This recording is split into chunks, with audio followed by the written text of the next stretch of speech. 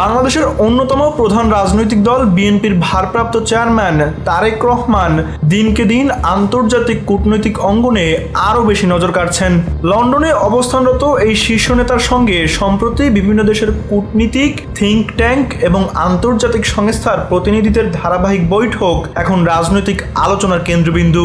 বিএনপির নীতি নির্ধারকদের মতে তারেক রহমান এখন আগের চেয়ে অনেক বেশি পরিণত ও দায়িত্বশীল রাজনৈতিক ভাবমূর্তি নিয়ে সামনে আসছেন।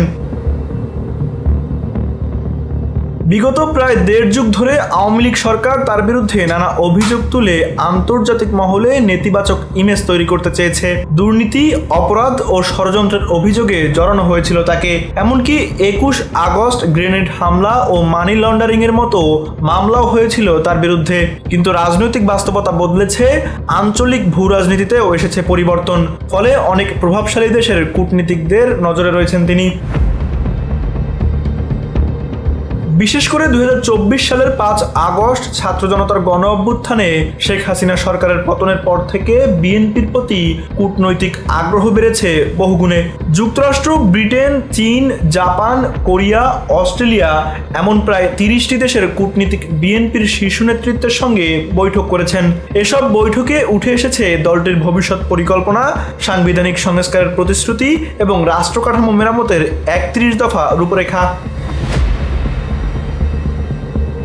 দলটির নেতারা বলছেন, বিএনপি যদি জনগণের ভোটে ক্ষমতায় আসে তবে জাতীয় সরকার ব্যবস্থা প্রবর্তন, দ্বিকক্ষ বিশিষ্ট পার্লামেন্ট গঠন সহ বড় ধরনের সাংবিধানিক পরিবর্তন আনা হবে, ঠিক যেমনটি অতীতে শহীদ প্রেসিডেন্ট জিয়াউর রহমান জনগণের প্রয়োজন অনুযায়ী ঘোষণা দিয়েছিলেন।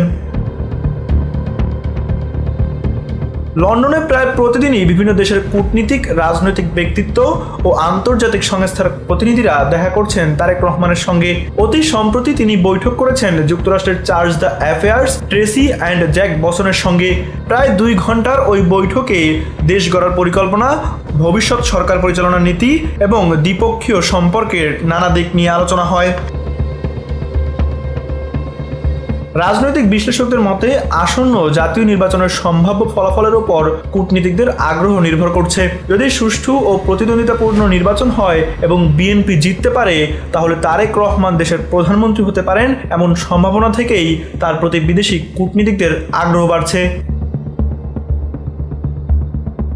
তানভীর আহমেদ, এনপিবি নিউজ।